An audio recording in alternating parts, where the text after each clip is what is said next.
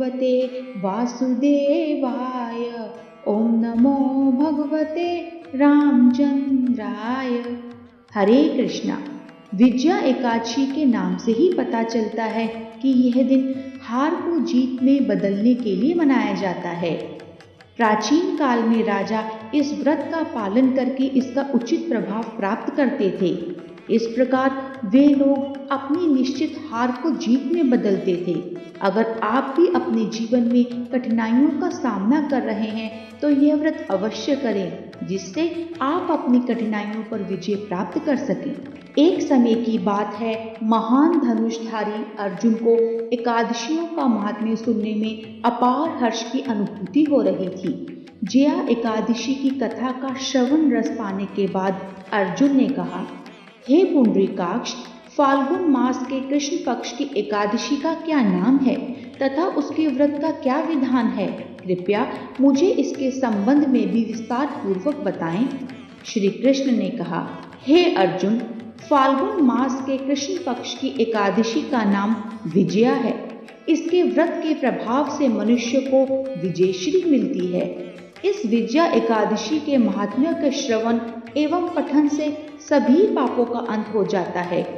एक बार देवर्षि नारद ने जगत पिता ब्रह्मा जी से कहा, हे ब्रह्मा जी, आप मुझे फाल्गुन मास के कृष्ण पक्ष की विजया एकादशी का व्रत तथा उसकी विधि बताने की कृपा करें। नारद की बात सुन ब्रह्मा जी ने कहा, हे पुत्र, विजया एकादशी का उपवास पूर्व के पाप तथा वर्तमान के पापों को नष्ट करने वाला है।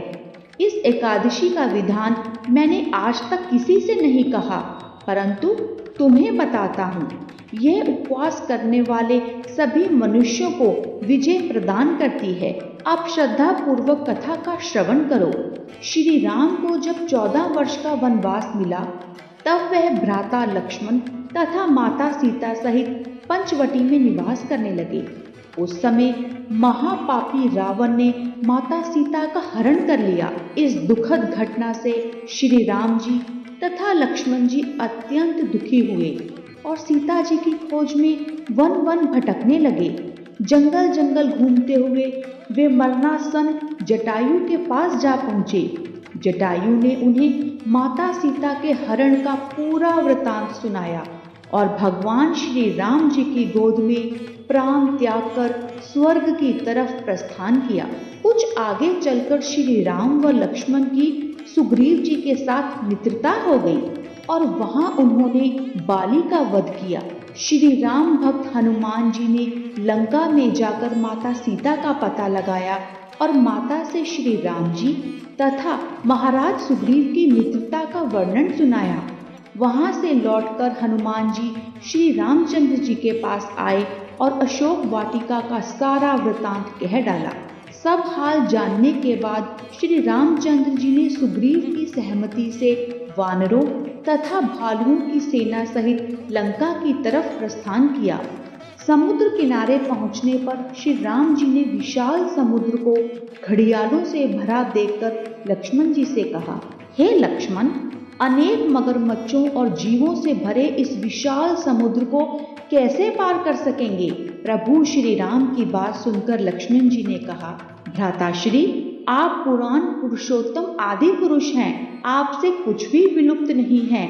यहाँ से आधा योजन दूर कुमारी द्वीप में वकदालभ्य मुनि का आश्रम है। वे अनेक विद्याओं के ज्ञाता हैं। वे ही आपकी विजय के उपाय बता सकते हैं। अपने छोटे भाई लक्ष्मण जी के वचनों को सुन श्री राम जी वकदालभ्य ऋषि के आश्रम में गए और उन्हें प्रणाम कर एक और बैठ गए। अपने आश्रम में श्री राम को आया देख महर्षि वकदालभ्य ने पूछा, हे श्री राम, आपने किस प्रयोजन से मेरी कुटिया को पवित्र किया है? कृपया अपना प्रयोजन कहें प्रभु। मुनि के मधुर वचनों को सुन श्री राम जी ने कहा, हे ऋषिवर, मैं सेना सहित यहाँ आया हूँ और राक्षस राज रावण को जीतने की इच्छा से लंका जा रहा हूँ। कृपया आप समुद्र को पार करने का कोई उपाय बताएं। आपके पास आने का मेरा यही प्रयोजन है। महर्षि वकदालभ्य ने कहा, हे राम, मैं आपको एक अति उत्तम व्रत बतलाता हूँ, जिसके करने से आपको विजयश्री अवश्य ही प्राप्त होगी। यह कैसा व्रत है मुनिश्रेष्ठ, जिसके करने से समस्त क्षेत्रों में विजय की प्राप्ति होती है? जिज्ञासु हो श्री राम ने पूछा। इस पर महर्षि वक्दालभ्य ने कहा, हे श्री राम, फाल्गुन मास के कृष्ण पक्ष की विजया एकादशी का उपवास करने से आप अवश्य ही समुद्र को पार कर लेंगे और युद्ध में भी आपकी विजय होगी। हे मर्यादा पुरुषोत्तम, इस उपवास के लिए दशमी के दिन स्वर्ण, चांदी, तांबे या मिट्टी का एक कलश बनाएं। उस कलश को जल से भरकर तथा उस पर पंच पल्लव रखकर उसे वेदिका पर स्थापित करें। उस कलश के नीचे सतनाजा अर्थात मिले हुए 7 अनाज और उसके ऊपर जौ रखें। उस पर विष्णु की प्रतिमा स्थापित करें। एकादशी के दिन स्नान आदि से निवृत्त होकर धूप, दीप, नैवेद्य, नारियल आदि से भगवान श्री हरि का पूजन करें। सारा दिन भक्ति पूर्वक कलश के सामने व्यतीत करें और रात को भी उसी तरह बैठे रहकर जागरण करें। द्वादशी के दिन नदी या तालाब के किनारे स्नान आदि से निवृत्त होकर उस कलश को ब्राह्मण को दे दें। हे दशरथ नंदन, यदि आप इस व्रत को सेनापतियों के साथ करेंगे तो अवश्य ही विजय आपका वरण करेगी। मुनि के वचन सुन तब श्री रामचंद्र जी ने विधि पूर्वक विजया एकादशी का व्रत किया और इसके प्रभाव से राक्षसों के ऊपर विजय प्राप्त की। हे अर्जुन, जो मनुष्य इस व्रत को विधि विधान के साथ पूर्ण करेगा उसकी दोनों लोकों में विजय होगी। श्री ब्रह्मा जी ने नारद जी से कहा था, जो इस व्रत का महात्म्य श्रवण करता है या पढ़ता है उसे वाजपेयी यज्ञ के फल की प्राप्ति होती है।